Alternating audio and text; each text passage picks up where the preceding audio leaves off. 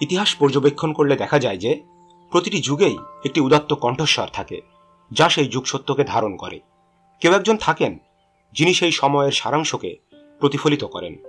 এবং আমরা যখন গ্রিসের শৈল্পিক প্রাণবন্ততার দিকে ফিরে তাকাই, তখন নিঃসন্দেহে বলতে পারি যে হ্যাঁ, আমরা যাকে শুনতে পাই সে আর কেউ নয়, তার নাম প্লেটো, যিনি দর্শনকে একাডেমিয়ার অন্ধকার কোণ থেকে বাইরে বের করে এনেছিলেন, যেখানে সাধারণ মানুষ যদি তারা মনে করতেন তবে সেই আলোতে বসে অলস সময় কাটাতে পারতেন। এমনকি এখনও তার মৃত্যুর প্রায় 2000 বছর পরেও অসংখ্য জ্ঞান পিপাসু তার চিন্তালোকে অবগাহন করেন। তাই চলুন সেই আলোতে পা রাখা যাক এবং আবিষ্কার করি সেই মহান দার্শনিক প্লেটোকে। যদি আমরা ডায়োজেনিস লেটিয়াসের গণনাকে বিশ্বাস করি, তবে বলতে পারি প্লেটোর জন্ম এথেন্সে এবং 88তম অলিম্পিয়াড চলাকালীন, আনুমানিক 428 খ্রিস্টপূর্বাব্দে। এটা মনে করা হয় যে জন্মের সময় তার নাম দেয়া হয়েছিল অ্যারিস্টোক্লিস, কিন্তু তার বুক ও কাঁধ অস্বাভাবিক চওড়া হওয়ায় তার নাম হয়ে যায় প্লেটো। যদিও অনেকে মনে করেন তার প্রশস্ত কপালের জন্যই এমন নামকরণ করা হয়েছিল। তিনি একজন অ্যাথলেট বলে জানা যায়, এমনকি ইস্থমিয়ান গেমসে প্রতিদ্বন্দ্বিতা করে খেলোয়াড় হিসেবে তিনি পদকও জিতেছিলেন।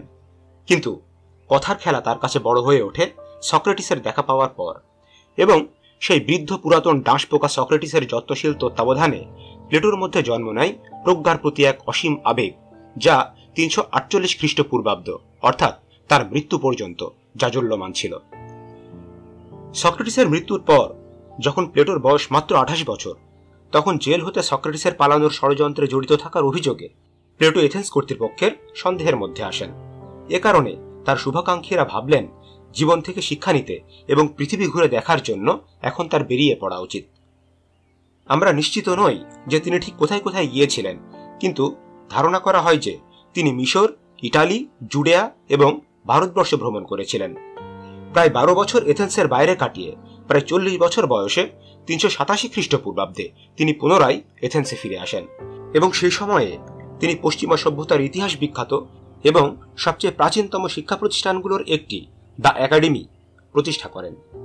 এথেন্সের সেই ক্ষুদ্র স্কুলটিতে বসেই প্লেটো তার বিখ্যাত ডায়ালগগুলো লেখেন, যা যুগের পর যুগ তাকে স্মরণীয় করে রেখেছে।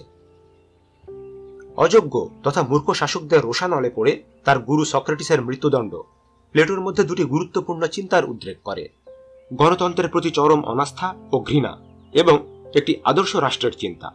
উইল ডুরান্টের ভাষায় বললে বলা যায়, এটি একটি পদ্ধতি খুঁজে বের করার আকাঙ্ক্ষা, যেখানে সর্বোচ্চ জ্ঞানী এবং ন্যায়বান ব্যক্তির সন্ধান করা, তাকে রাজি করানো এবং দেশের শাসন ব্যবস্থা তাঁর দ্বারা পরিচালিত করা, অর্থাৎ এক কথায় বললে দার্শনিক রাজার শাসন প্রতিষ্ঠা করা।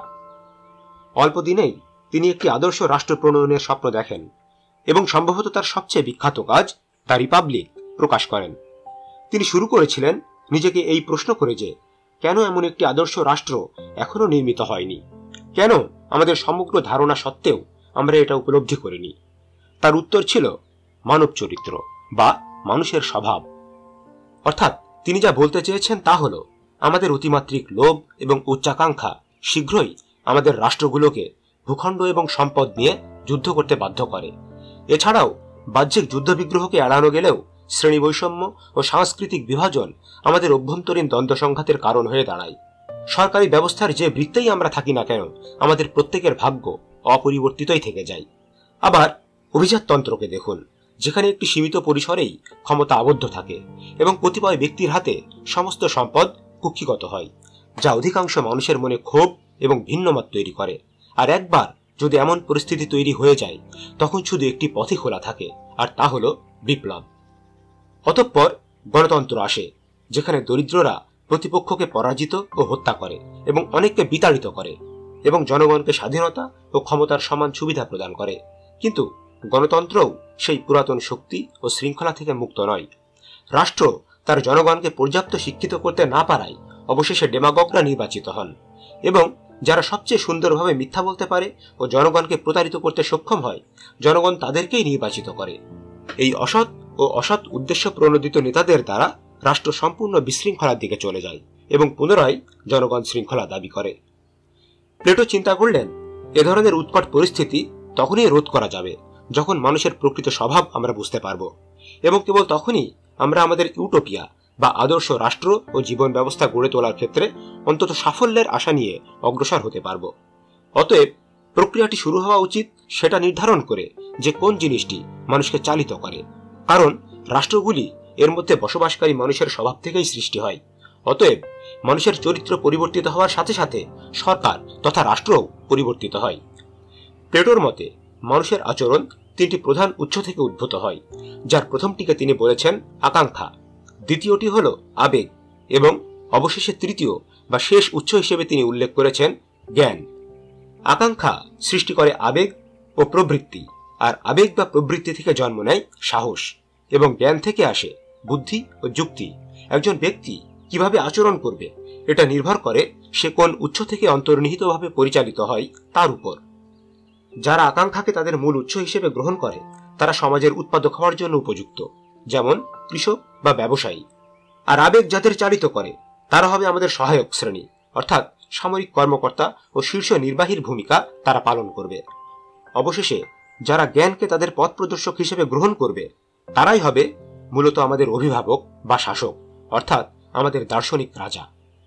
যদি আমরা আমাদের রাষ্ট্রকে সফল দেখতে চাই তবে আমাদের প্রত্যেক ব্যক্তিকে সেই কাজ করতে হবে যে কাজের জন্য প্রকৃতি তাকে সবচেয়ে উপযুক্ত বলে বিবেচনা করে। প্লেটো চেয়েছিলেন সম্পদ দ্বারা উজ্জীবিত কোনো ব্যক্তি যেন দেশের শাসক না হয়ে যায়, এবং এটা রোধ করার জন্য তিনি একটি জটিল নির্বাচনী ব্যবস্থার কথা উল্লেখ করেছিলেন, যার দ্বারা আমরা সঠিকভাবে আমাদের শাসক নির্বাচন করতে সক্ষম হই। অতি সংক্ষিপ্ত আকারে আমি সেটা উল্লেখ করতে চাই। প্লেটো যা বলেছেন তা হচ্ছে আমাদের শুরু করতে হবে সবাইকে শিক্ষার সমান সুযোগ দিয়ে। রাষ্ট্রে কোনো শ্রেণী, জাতি বা লিঙ্গগত বিভেদ থাকবে না। পুরুষ হোক অথবা মহিলা, তাদের যা করতে হবে তা হলো আমাদের প্রক্রিয়ার সাথে দাঁড়ানোর সক্ষমতা প্রদর্শন করা।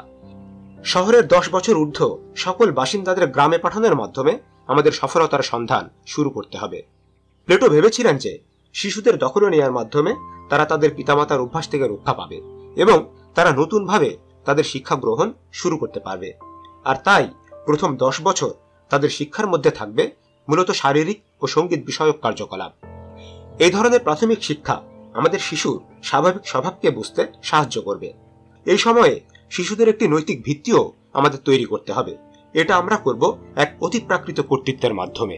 হ্যাঁ, অবশ্যই আমাদের একটি ধর্ম থাকতে হবে, যা শুধু আমাদের নৈতিক ভিত্তিই তৈরি করবে না, বরং যারা উচ্চ পদে অধিষ্ঠিত হতে ব্যর্থ হবে তাদেরকে নিজেদের চেয়ে উচ্চপদস্থ ব্যক্তিদের প্রতি ক্রোধ এবং কোন রকম বিরোধ ছাড়াই নিজ নিজ অবস্থান গ্রহণ করাতে সক্ষম হবে।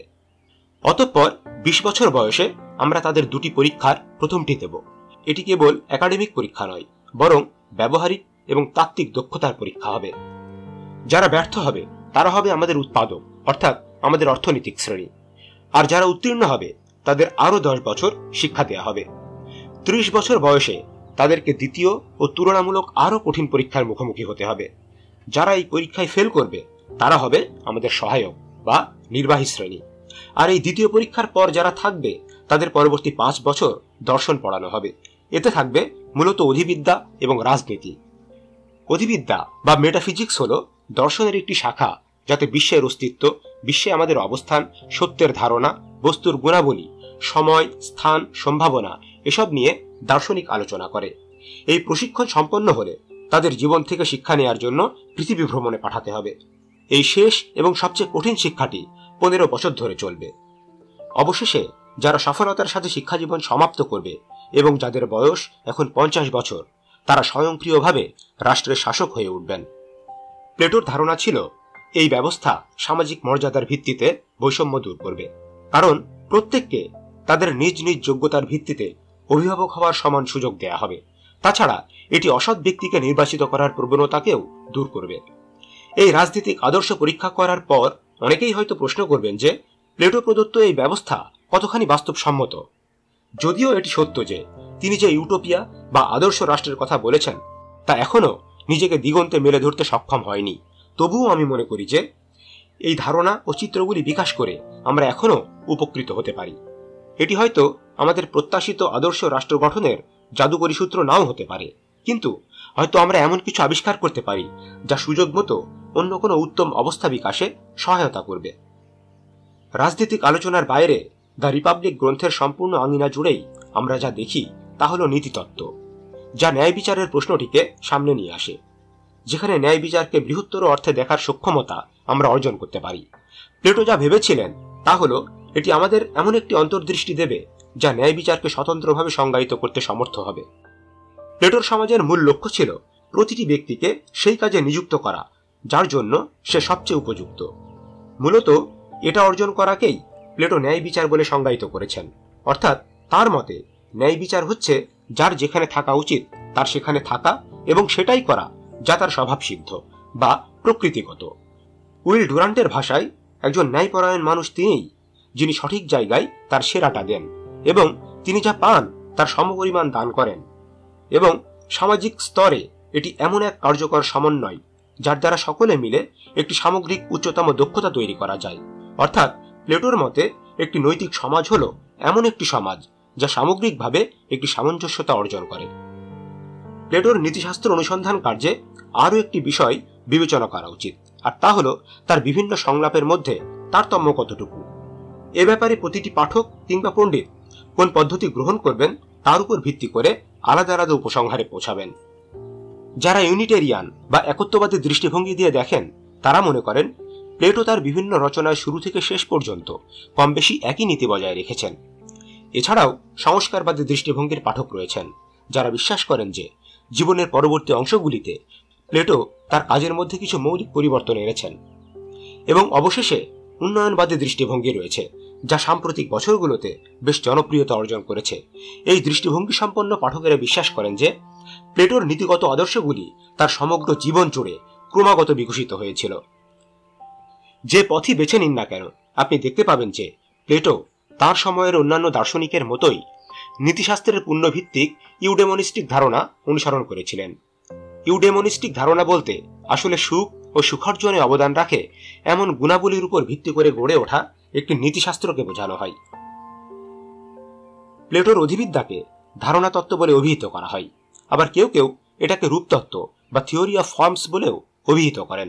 এই তত্ত্বে প্লেটো বলেন এই বিশ্বব্রহ্মাণ্ডের একটি অদৃশ্য দ্বৈত সত্তা বিরাজ করে এবং এই বিশ্ব যেখানে আমরা বাস করি সেটা তারই একটি প্রতিচ্ছায়া মাত্র। অন্যভাবে বললে বলা যায় যে আমাদের মহাবিশ্বের এমন দুইটি রূপ বিদ্যমান, যার একটি বস্তু জগৎ বা ইন্দ্রিয় গ্রাহ্য জগৎ যা আমরা আমাদের ইন্দ্রিয় সমূহ দ্বারা জানতে পারি। প্লেটো এটাকে বলেছেন ফিজিক্যাল রিয়াম, এবং অপরটি এমন যে তা শুধু যুক্তি ও চিন্তার মাধ্যমেই জানা যায়।